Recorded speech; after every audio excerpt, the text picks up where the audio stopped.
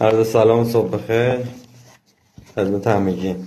امروز میخوام در خصوص یکی از مزایای بیمه عمر براتون صحبت کنم که اگه بیمه عمر فقط همین یک مزایا رو داشت باز کافی بود برای اینکه قبول کنید که بیمه بشید.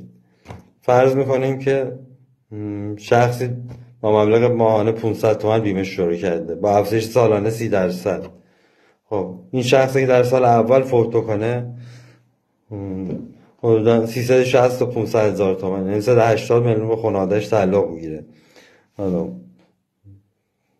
فرض میکنیم این شخص بعد از 5 سال در سال پنجم فوت میکنه.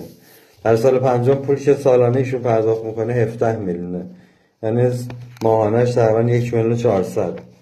حالا مبلغی که ایشون میگیره چنده؟ 360 ضرب در 1 و 400 حدودا 500 میلیون میشه. به اضافه این که مبلغی که پرداخت شده در طول 5 سال 54 میلیونه، یعنی 53 میلیون بابت بازخرید بیمهش به خانواده‌اش پرداخت میشه، به اضافه اون 500 میلیون که بابت غرامت فوت هست. حالا فرض میکنیم این شخص در سال دهم فوت میکنه. در سال دهم پولی که سالانه پرداخت میکنه چقدره؟ 63 میلیونه، یعنی ماهانش تقریبا 5 میلیون 100 یا 200 اینجوری میشه. حالا خوردش هم کار نمیکنه 5 میلیون.